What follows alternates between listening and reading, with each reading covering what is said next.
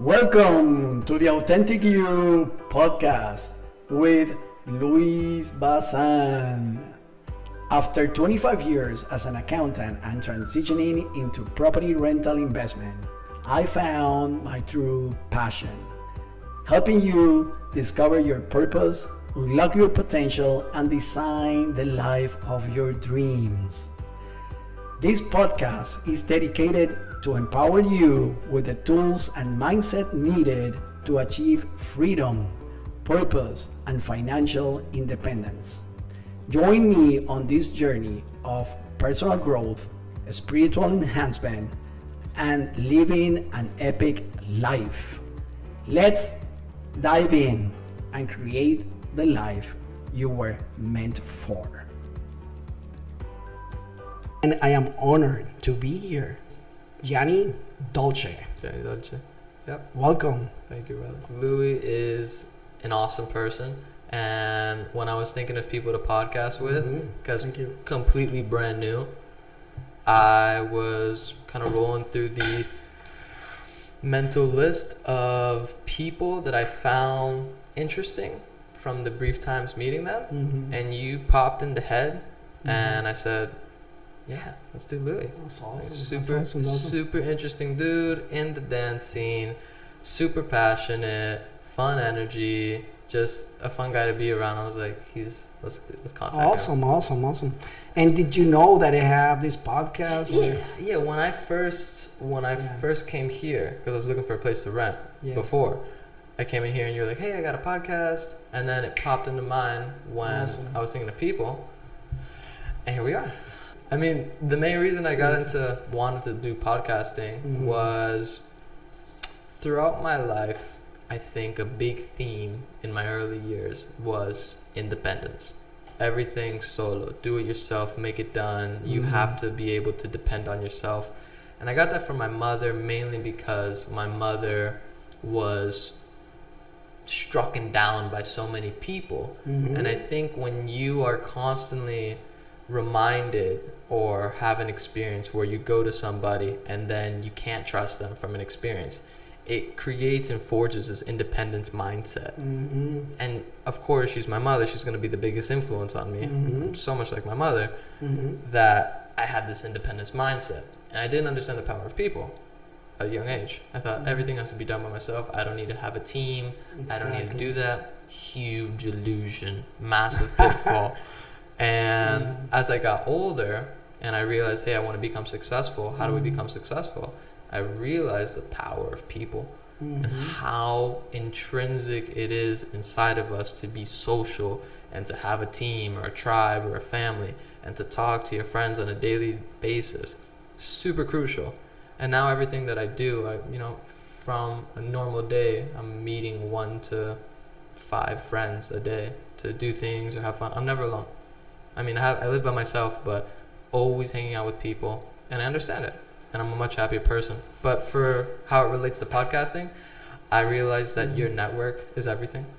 The doors that are open to you are through the people that you know, and I've had way more incredible experiences from the amount of friends that I've had and quality relationships than the amount of money that I've had. Whoa, I love that.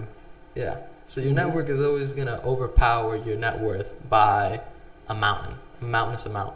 So I thought, what would be a fun way to get more friends, learn more about the friends that I already have, and do something that I already enjoy. I love people. I love to talk to people. Sincerely enjoy it. And I thought, podcasting, yes. And dude, you're an awesome person. So maybe a good question would be, how did you start in podcasting? How did you get into it? Wow. Well, I started in 2016 and I started talking about only finance. It was all about how do you retire, how do you prepare step by step, how do you prepare your retirement plan. Yeah. It was the end of that for me, and I was looking for spiritual enhancement. I was looking for a little bit more than money. Like, for so many years, this is what happened to me. One of my pivotal moment in my life was when I was neglecting in my emotions.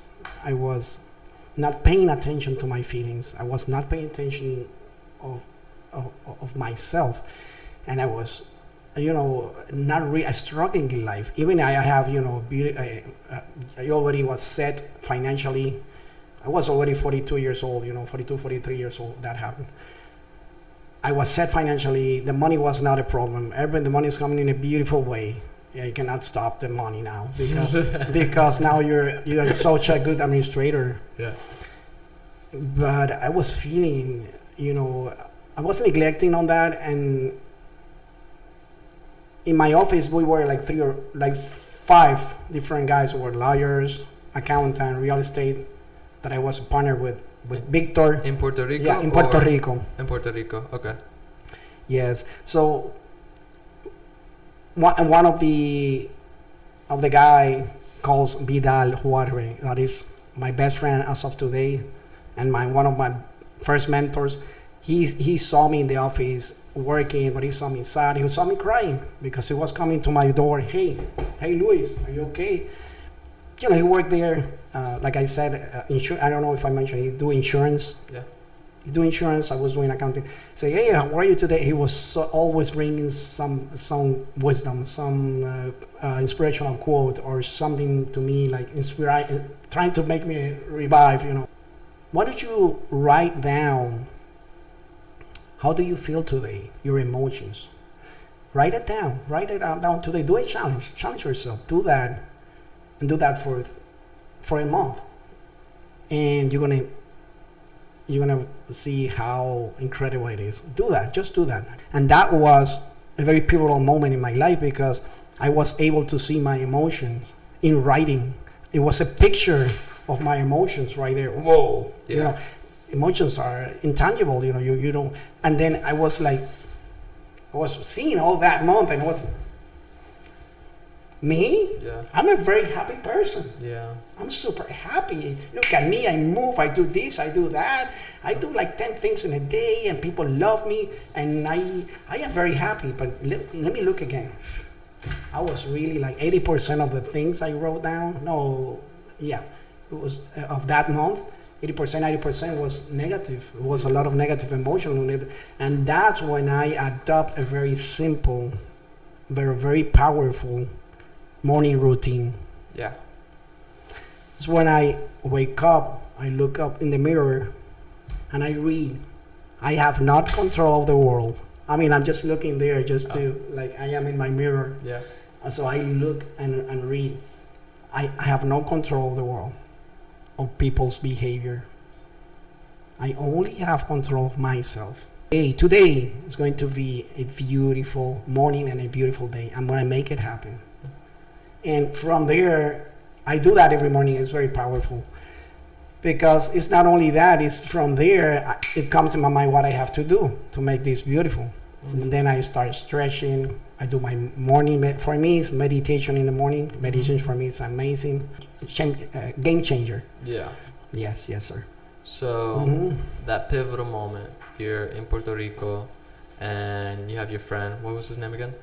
Vidal Juarre. Vidal. The one who helped me first time. I was like, whoa, it's a wake-up call. Yes. So he comes in, he gives you this monthly challenge to do, and you change your daily structure by having this habit. You get to see the truth of how you really are, which is weird because it's so easy to lie to yourself. For me, and I think for a lot of people, you can live in this weird delusional reality where you say this is how things are, and they could be the complete opposite. And yes, I understand. Yeah. I think it's powerful what you did because it gives you data, and data doesn't lie. Data tells you, hey, this is the reality of what's happening, and then you can make smarter decisions off of the data that's there. I do it all the time. But you do it all the time? All the time. I have a daily review every day. Whoa. With my friends. I do it. Can I ask you, how old are you? I'm 19. 19 years old. How important adversity is in life. And that a lot of times, us as humans, we like to ignore and pretend certain things don't exist as a way to keep ourselves comfortable. For example, death. We're all gonna die. Like, it's crazy to think about, but you and I, we're alive right now. Yes. With something we're gonna pass away, and it's weird to think about that, how limited this life is. And fragile. Very fragile. And fragile. Sorry. Yeah. My English is. Español, amigo. That's why hablamos español. Sometimes we. But it's fragile. Fragile. Life. Extremely. And I haven't had massive experience with death because I'm still a younger guy. But of course, you as an older person, you've probably experienced it on average way more. And so he talks about death, he talks about adversity. And I think to segue back into what you were talking about is how don't ignore adversity. And I think when something bad happens in your life, one of the most important things that I've learned, that I think in that pivotal moment that you had, that you stepped into, which was when you have a bad experience, it's only bad because you give it that perception. You perceive it as bad. But in all honesty, some of the things that we call bad usually have the biggest improvements on us. Right. They pressure us into becoming these. That's the only way to improve. Sometimes. It seems like that. It's life's yes. It's life's elixir to making you better. And so he talks about just embracing that. So when adversity comes, you just enjoy it and you love it. And I think a good tip for maybe the people at home, which is anytime something bad happens, I've learned that it's always super important to just say good. There's this guy named Jocko. You know Jocko Willink? Jocko William. He's a famous Navy SEAL. Wait. I hear about it. Yes. Very famous Navy SEAL, incredible author. And he has this mentality that really stuck with me, which was anytime something happens, you just say good. Anytime. Good. Just say good. So just say it. Also having like a mindset. Just give me an example. Tell me the worst thing. Like pretend that you're coming up to me in something. Like let's say we run a business together, you and I. Hey, bro, there's something bad happened to me. Like I don't know. This guy came to me trying to sell me cellular phones, and I'm not into that. I don't like that. I don't like that energy. People are coming like that, sell me, and trying to push their. Trying to sell me something, I say no, and they continue, trying to sell me the phone. Okay. I don't like that. What do you think about like people like that? I'm gonna pretend to be Jocko. I hear you. But that's good. It's good. Good? It's good. No, man. No, it's good because if you had to find the opportunity in that, what would the opportunity be? Where's the opportunity lie in that? Where's the good in that? If you had to think, the opportunity there. I don't see the opportunity. I'm seeing like whole darkness. I'm seeing like I want to get away. I can't breathe in here. Well, it's perfect because now you know exactly the type of people you don't want to be around. Boom. Yes. Opportunity. Yes. So that's pretty much the whole mindset. It's when anything happens experience-wise that you just say good and you find the improvement from it. Not to look at it like there's no such thing as bad in this planet. You have good, you got bad, you got all these different things. But our experience is subjective to the meaning that we assign it. And I think that it's always going to be beneficial if you assign a positive meaning to any experience that you have. It's going to emotionally keep you at a baseline of here instead of anytime something happens to you, you say, oh, and you drop, and then you go back up, and you drop. Right. But if you just say good, you stay here and you maintain elevated emotions. You were just talking about that with your daily structure. Because you were talking about how without this daily structure, you can go up and down emotionally. But when you have this beautiful structure that you follow day to day, something happens. What's your day-to-day structure look like now? Your daily routine. What does that look like for Lewis? That's a good question. I actually talked one of the podcast episodes. That I'm going to show it to you. We talk about the daily structure, my daily structure, and also I actually did in a way to what your daily structure looks like. For the people, for authentic you. But this is about you, about our authenticity. And my day start when I wake up, to be honest, some days like 80% or 70% is good. Yeah, I wake up okay, but sometimes I wake up, my mind, I don't want to wake up. I just want to stay in bed, and I have all the reasons in my mind talking, all the negative thoughts, right, talking to me. Do not wake up. You don't need to work. What are you doing all this? What are you doing pause? What are you doing all this event? And you're sacrificing too much. Look at you. You're so much in pain right now. You can't even wake up. So much negative talk. And what I do, I force myself when I go to the mirror, like I said, I cannot, I read that sentence. Every day. Sometimes I change. Sometimes I read I have another one next to that, and is the 10 positive qualities that defines me. And do a meditation first, small one, like 5 minutes, sometimes 50 minutes. But right after that, I do my exercise. I go for pickleball play. Pickleball? Pickleball in Dude, golf court. I love That's pickleball. what I do. Always exercise, what I mean. Yeah. But it's different exercise. Sometimes do Pilates. Yeah. Pilates, you said in English? Pilates. Pilates. Sometimes I do yoga. Sometimes I just put the YouTube and high core like burpees, push-ups, walking with my hands. I change that. But it's always about exercise. Yeah. So the first thing in the morning you should have, as soon as possible, after you drink your tea and you do your breath work and meditation. That's for me like the most important right now. My daily structure plan. I go for exercise. Like after that hour, if it's just 1 hour, if I spend 1 hour meditating, I have to, or 30 minutes, the next 30 minutes is doing exercise, or 1 hour, at least 1 hour, sweating. After that hour sweating, I want to eat the world. Yeah. I'm like, I'm ready. And I have all these things in my mind, all this popped in my head. Yeah. Not a monkey mind, not that way, because monkey mind, it's like but it's more like very structured. I know what to do. But yeah, sometimes come too many, no. But you're going to start with priority. This is the things you're going to have to do today. And then over there, they tell me read a book. After that, I actually read something new. Something that I never read before, or continue I'm reading now Jim Quick. I don't know if you know the Quick Mind. Jim Quick. Yeah, I'm reading that book now. The Asian guy, right? The Asian guy. Yeah. Yes. He's always about learning and. He's talking about how to learn, how to learn. Yeah. How to learn faster. Yeah. To learn, and that's the key. And and also I'm trying to memorize a deck of cards. I'm trying to learn Portuguese right now. So many things. Fala. Alô? Falar português? Fala pouquinho. Pequeninho.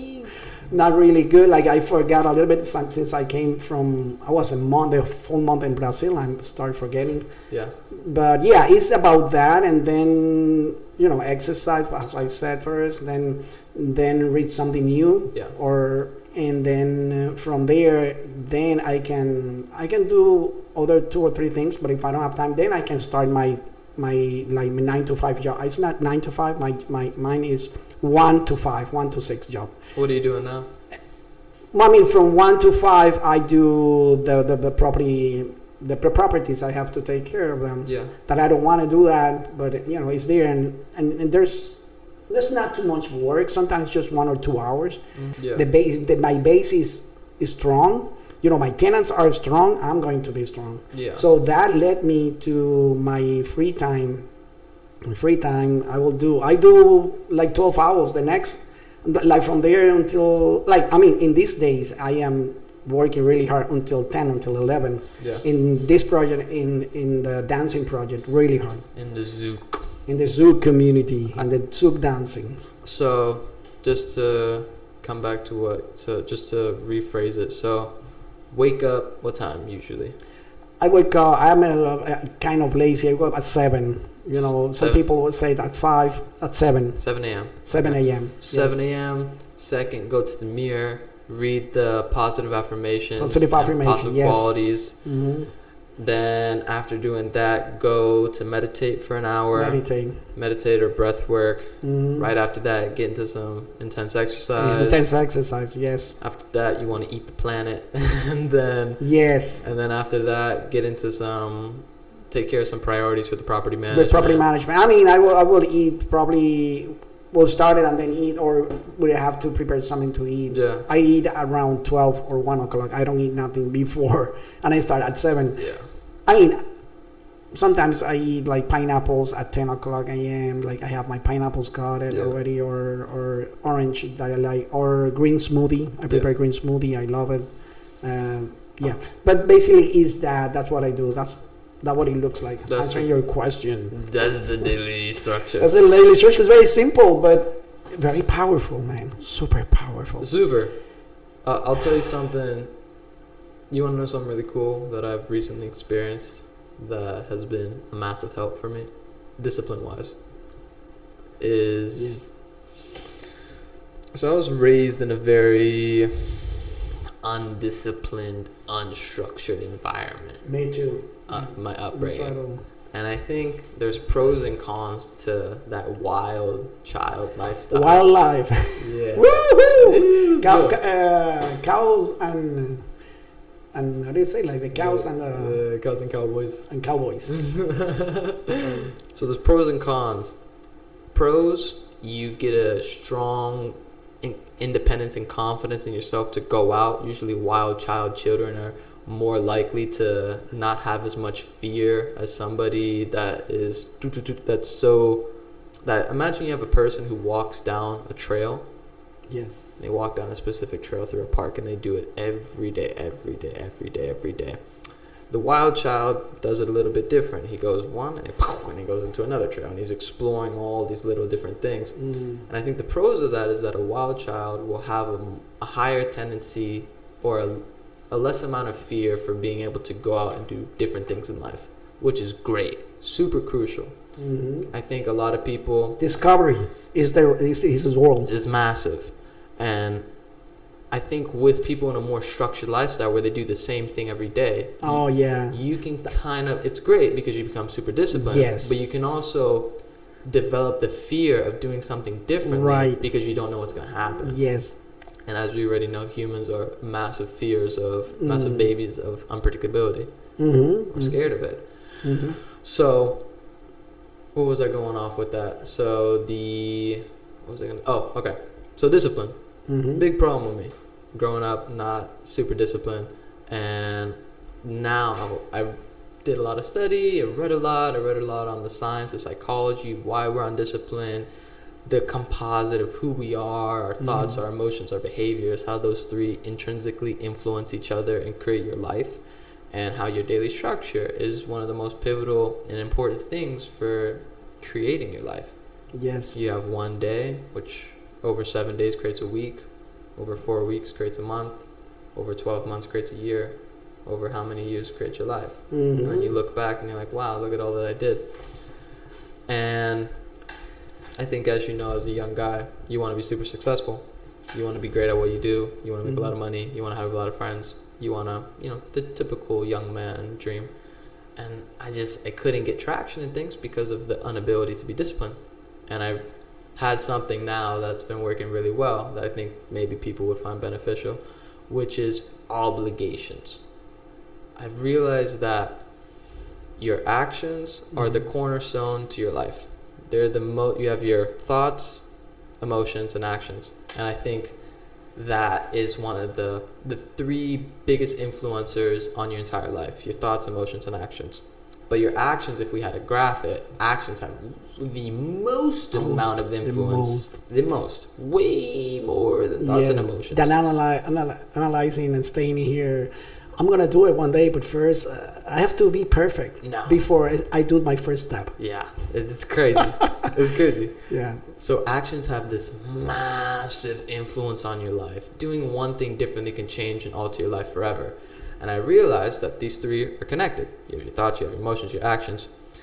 But what plays into creating your actions? You got your thoughts and your emotions. And these are the two influences that make your actions. Yes. To be able to do something, you have to think it first. To be able and then that thought influences how you feel, and then the emotions are the boom. Is when you start. Yeah. But those things have to come first. those thoughts and emotions. the emotion, the thoughts, the emotion. I would say the thought, and then the emotion, Yeah. and then with the emotion inside, you're ready to action. Yes. Yeah. That's beautiful. Yeah. And I realized, okay, my emotions are. I think of it like this.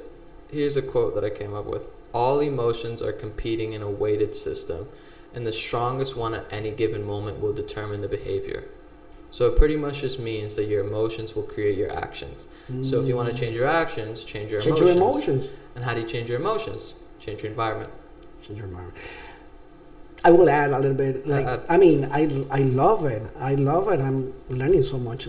I can't believe I'm learning. Like, I'm talking with someone my age, 19 years old. It's so much wisdom, man. You're Thanks, amazing. But now you're saying, like, changing the environment. You have to change your emotions.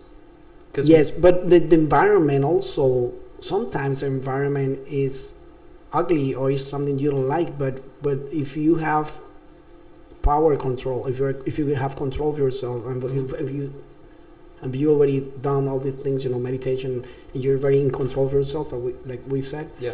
Immune, yeah. You become immune to the world. Yeah. So what I'm saying is that you have to change the environment. But if you cannot change cannot change the environment, you can still be yourself. You can be still in the things you love. And you can boom. It's hard. It's harder though. It's super hard. It's harder. It's much harder. If we have to compare the 1-2, if you have a really good environment and you also have like a super strong will, having that super strong will to defy your environment is very difficult. He who sweat, one of his quotes is, he who sweat more in training bleeds less in war. I love that. You're going to bleed, but you're going to be the one who bleeds less. He who sweats more in training bleeds less in war. I love that. That's powerful. Yes, I love it. I think a good segue from that is, so I just want to know kind of like how you became you. I think when you meet somebody for the first time or just over a long period of time, we never actually take the time as friends to understand our friends, like who they are, where did they come from. Because you shoot the shit, you're with your boys, you're hanging out, you're there, you're talking we're hanging out, right? We're having with fun. Rob and Rob class in Gulfport, but you don't the beach. But you don't go into the deep water. You don't go down. And you don't see. It's like, oh, this is how he became him. So I think a good question was to get into that. What do you think out of your entire life now? What you came to this planet for? Why you came here? Why you became Lewis? Oh, I love the question. If you asked me that question before, like I would say 15 years ago, I wouldn't have an answer. Yeah. I wouldn't have an answer. I was totally lost. Even financially, set. Even with my career in accounting, as a real estate broker, I was so lost, and I did great things in life. I was feeling good. I was doing things that I love, but I didn't know my purpose. Yeah.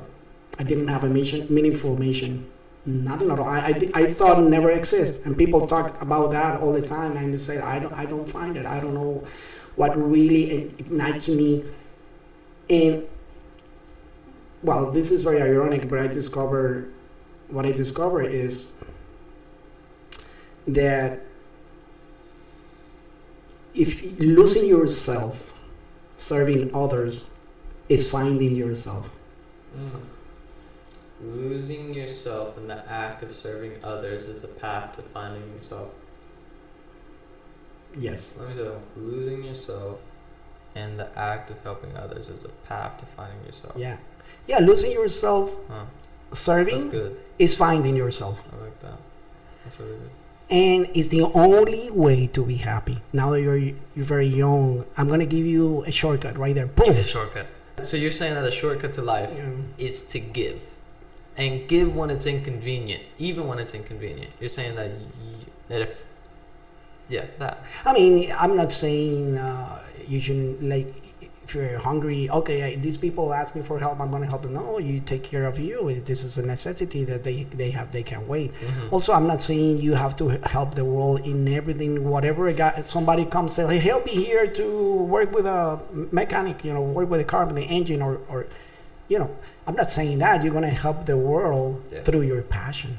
You're going to help the world through the things you love. Yeah. Because actually that's the only way you can deliver love in a way very in the flow state, because you're doing what you love. So you're doing what you love for you. You're doing that for others. It's very simple. And once you have that, I would say you start developing that skill or that service, whatever it is, and redefine it. You have to go back, redefine it, come back and forth, redefine it until you find mastery. Then you back create. To Green. Yeah. When you create, that's a masterpiece. If you create the art craft, beautiful, something beautiful. I think where a lot of people get wrong, because as we're recording this podcast right now, and a person may be listening to this as we speak, you're gonna come across information constantly that has the power to change your life if applied. So it's not a problem of finding good information, because good information is all the everywhere. time. Everywhere. I mean, in the world we live, the last 20 years is information ever. It's incredible. It's too much. And I was born into it, and I don't even know that. I don't even have. You born there. I was born into it. I was a Gen Z baby. Okay, so that's your mission. What was your early years like? Like, where were you born? How was it like in your early years growing up? I was born in Puerto Rico, in a part? beautiful small beach town. ¿Qué parte? Levittown, Toa Baja. Okay. Close to Bayamón, Cataño, Bacardi factory. It wasn't beach. In a very fancy luxury house. Hey. Big fancy luxury house. Awesome. And skating. I have all these neighbors and beautiful friends. At the age of 11, my life took a drastic change. Let's hear it. And my mom divorced, and me and my 2 twin sisters took us to a small cabin, remote place, small cabin in a mountain. That's montañas.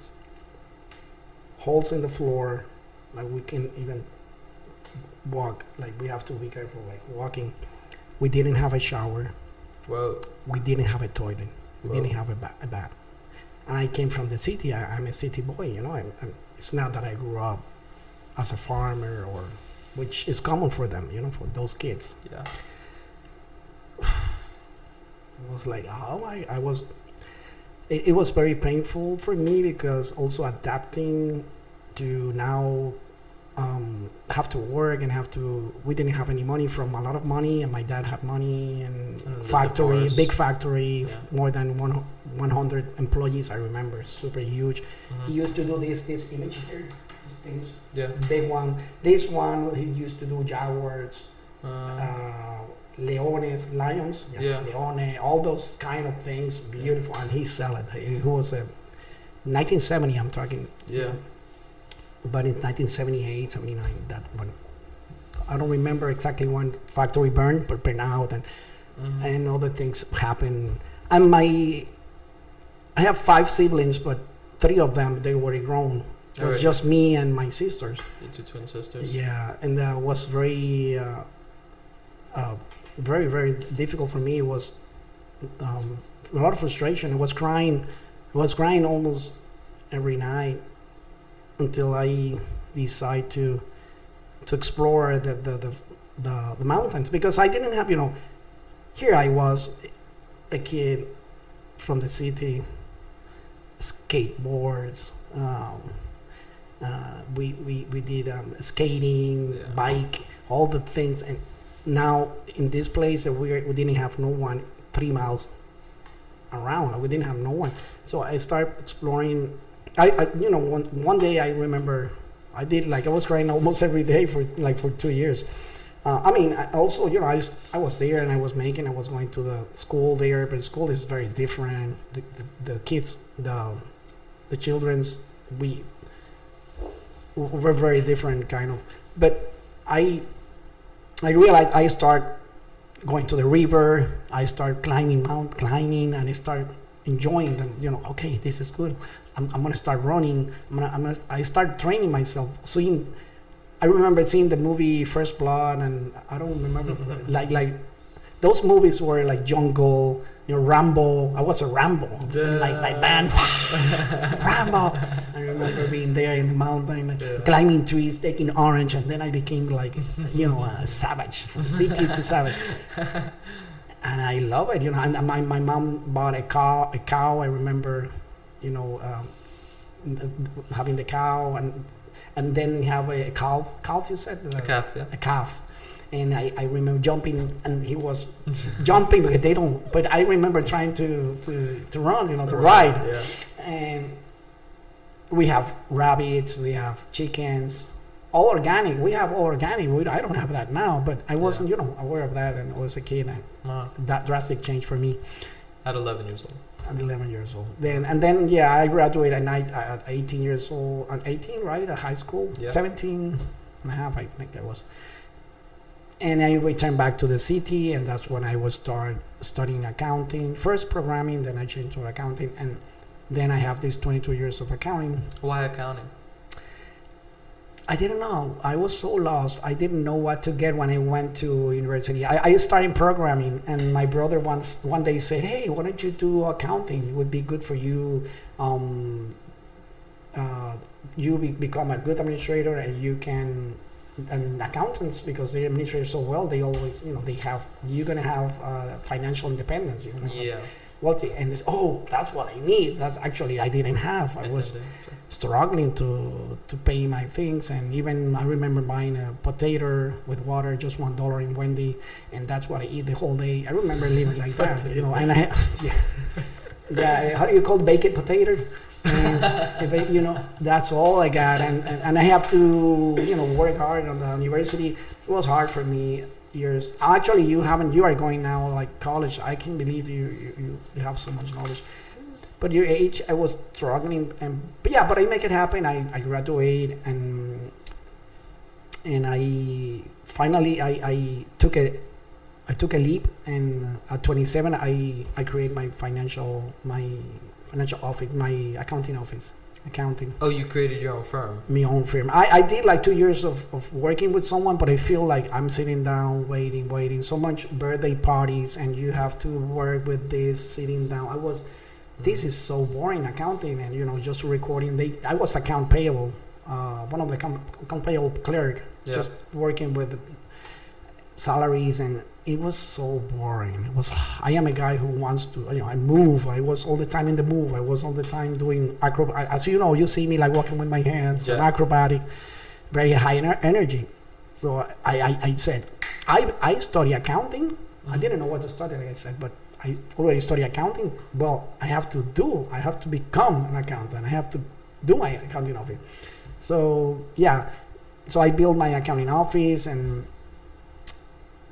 as of today, after that, I like 27, those 22 years in the firm, like receiving clients, I had my office, everything. It was a whole story. Like I start knowing nothing. Like I didn't know what to do, but I was learning in the process, as I go, and giving advice of finance without knowing nothing, and looking and what I could say to this client. ChatGPT. I didn't know. I mean, if it would be today, it would be good. We didn't have nothing about that time. So I just have to talk to my friends or some accountant that I have, remember some advice from other accountants in the area, going there. And then it was amazing. And until like I finally found my true passion. How old were you? I am old. No. How old were you at that time? I was, at that moment, when that happened, when I finished my accounting, was 40, when I decided not to do more, 42, 43. 42, 43, and that's when you found your passion. Yes, I found my passion. I mean, a little bit like working with me first. I was working with me because from there, like I said, my final days in the office was when Vidal came to me and told me, hey, why don't you write a little bit about your emotions? Yeah. And I found myself, and then I start working with myself. I would say like after 3 or 4 years, then after 2 years, I actually started the podcast. After 2 years. So you were 44 at the time. 44, exactly. 44. Mm-hmm. Okay. 44 years. So this is when I realized like, well, that I found my true passion. I didn't know how to do it, but I finally found what I truly like, that is empowering people. Other people. To achieve what I already achieved, but in a better way, in a shortcut, because I like you saw, old-fashioned way. My old-fashioned way, took me 44 years. Yeah. 44 years to realize that life is not about I was struggling. Even I was financial independence. I was struggling like, and it was in this mentality. Yeah. A lot of scarcity. A lot of being afraid or trying to control the environment, trying to control people, and trying to control everything around me, and pushing hard when even the things that go wrong, instead of relax, accept, breathe, enjoy. And let me see what can I do to come back to happiness. Yeah.